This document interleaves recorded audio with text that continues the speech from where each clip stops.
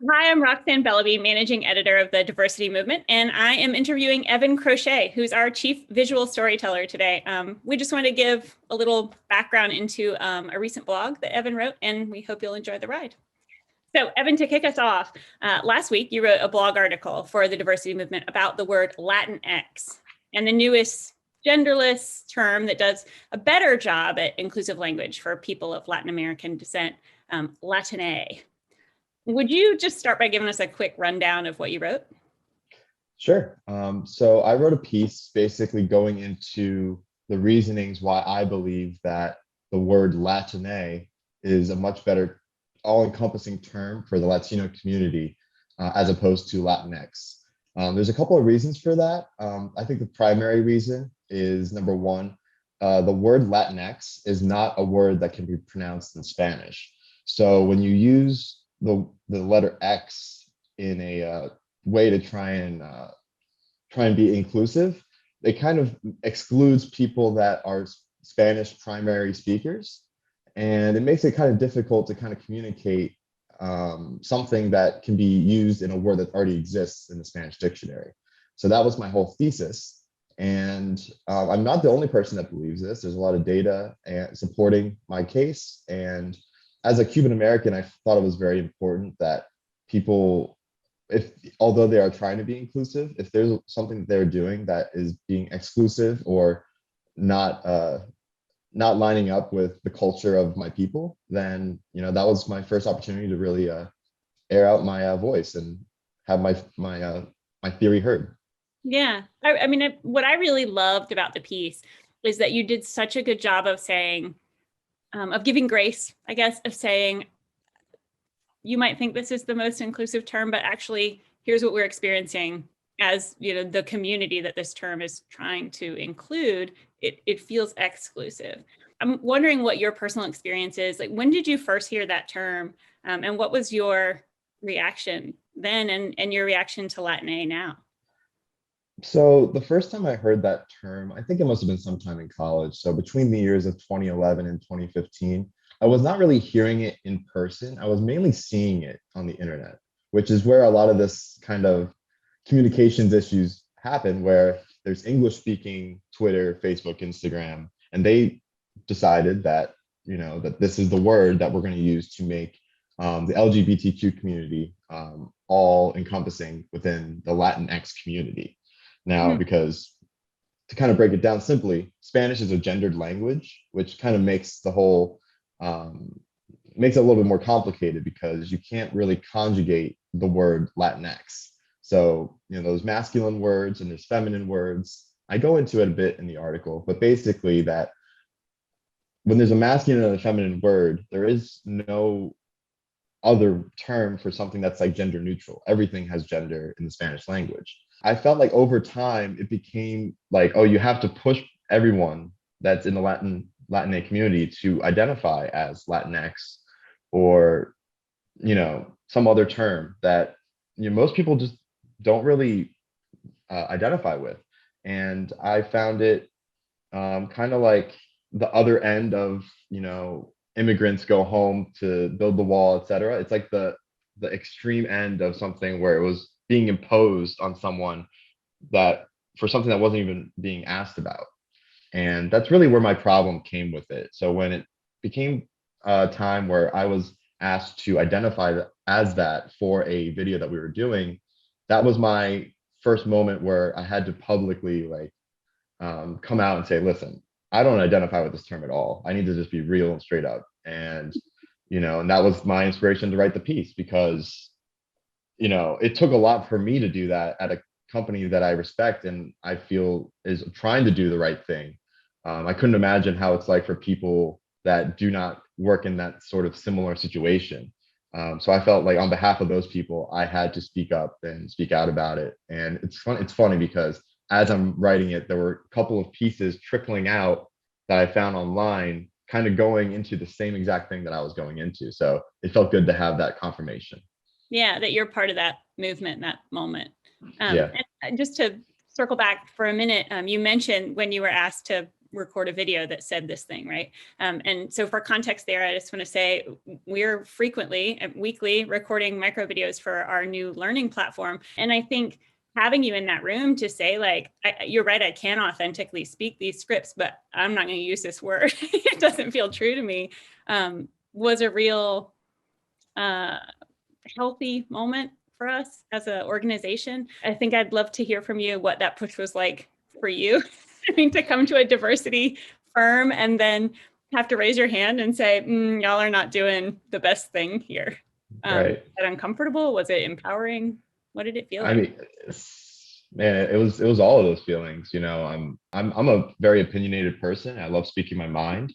My voice and my perspective was valued from the moment I started, and that led to me having the courage and bravery to kind of stand up when I felt that, especially if I was being valued for not only my skills but also like my unique perspective. I mean, that was the moment where I felt like this is the right place for me, because it's key to me that this isn't an ideology. This is about trying to make sure that everyone feels protected and included at their workplace. And I think that's a very simple concept that is really underrated, especially in American culture where people are forced to work terrible jobs where they feel disrespected on a not only a daily basis but a minute to minute basis. Whether you're in customer service or in a blue collar like hard work job, like clients can be terrible, bosses can be terrible, and it's important to me that I feel people are really focusing in on how they're treating other people, and it's not just about the words that you use but how you use them and in what context they're being used.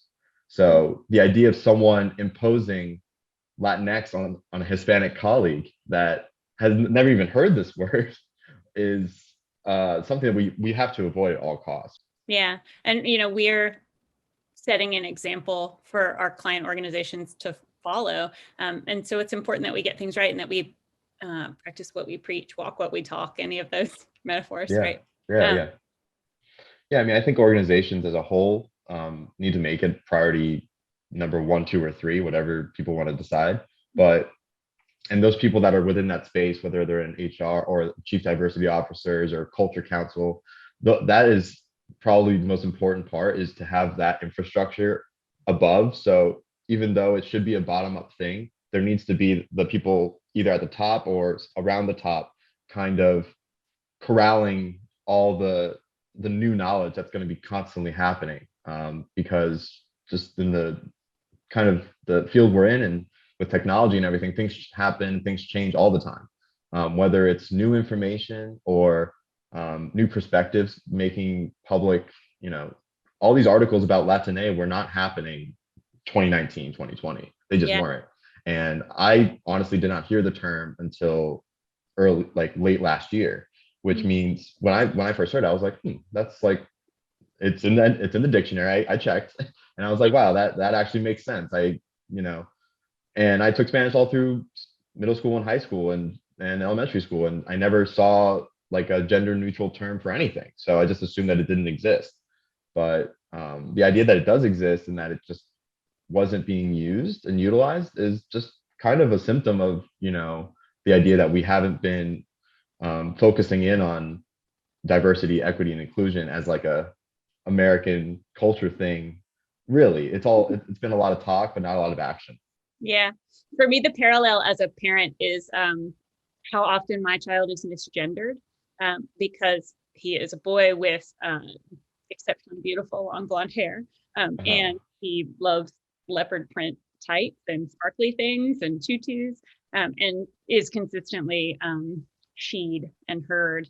And I just think it's so, the singular they is grammatically correct now, according to all 4 of the like major publication outlets, at the AP, the MLA, the APA, and the Chicago Style, all say singular they is grammatically correct, right? But I didn't know about it until 3 years ago, and I'm like a hardcore grammar nerd, and I still didn't know. And like your moment of finding Latin and saying, oh, this is real. Oh, and it feels true. I'm going to start using this, and I want to teach other people to use it, right? That's how I feel about singular they, especially for children. It's such an easy moment once people know, like you can just say, would they like a lollipop instead of would she like a lollipop, because would she like a lollipop ruins my whole afternoon. We have to go through the whole rigmarole again.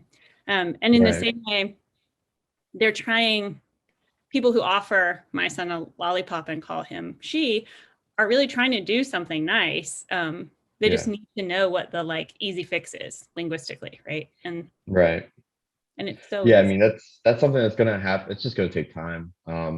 Yeah. I think the more people come across that kind of thing, I feel like is just going to organically become more of a natural thing.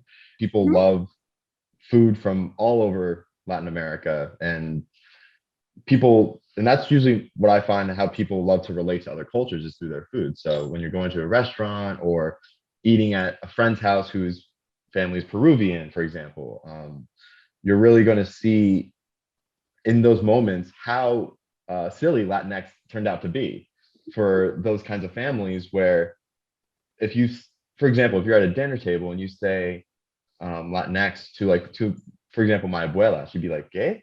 ¿Qué eso? Like, she'd be like, what is that? Like, what are you talking about?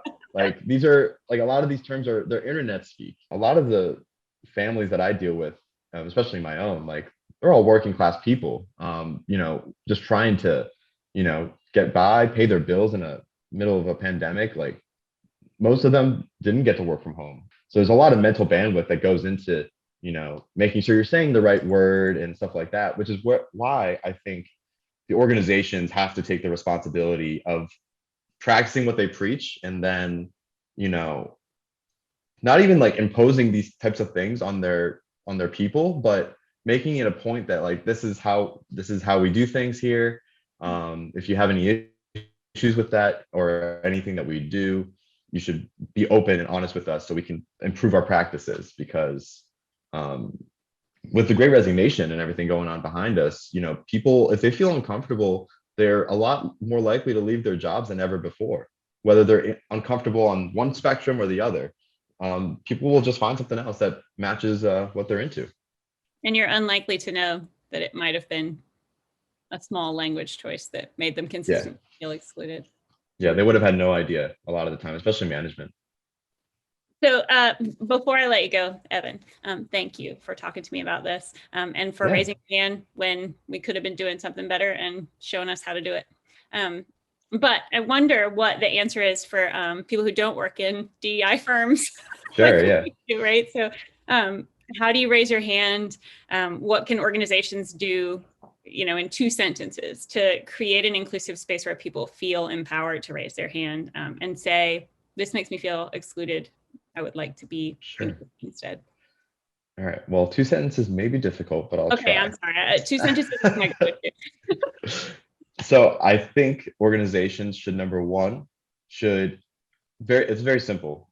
People should call their coworkers or whatever, however the coworkers want to be called. Same in the way of golden rule, treat others the way you want to be treated. You should treat people how they want to be identified as. Most people want to be identified first as a mother, a baseball player, a musician. Some people are really proud of their heritage. I'm a Cuban American. I wear that flag on my chest and in my heart, and I identify more with that than I do as Hispanic or Latino, because I'm nationalistic when it comes to Cuba. I'm proud of the country. Some people are not proud of their countries. They're, from whatever reasons, they're ashamed or embarrassed to be Hispanic. I grew up with that. I was one of those kids. So, everyone's on their own journey. So I guess the main thing is just to be kind and be patient with everyone, whether it's your manager or your coworkers or the people that we're actually trying to help, whether it's people that speak English as a second language or are coming from another country. We just need to make sure that they know that whatever you would like is how we want to adapt our lives to you, because we're all in this together. And that's pretty much what I think. That's great advice. The golden rule for the win. Yep. Thank you, Evan. No problem. Thank you, Roxanne. Bye, everyone.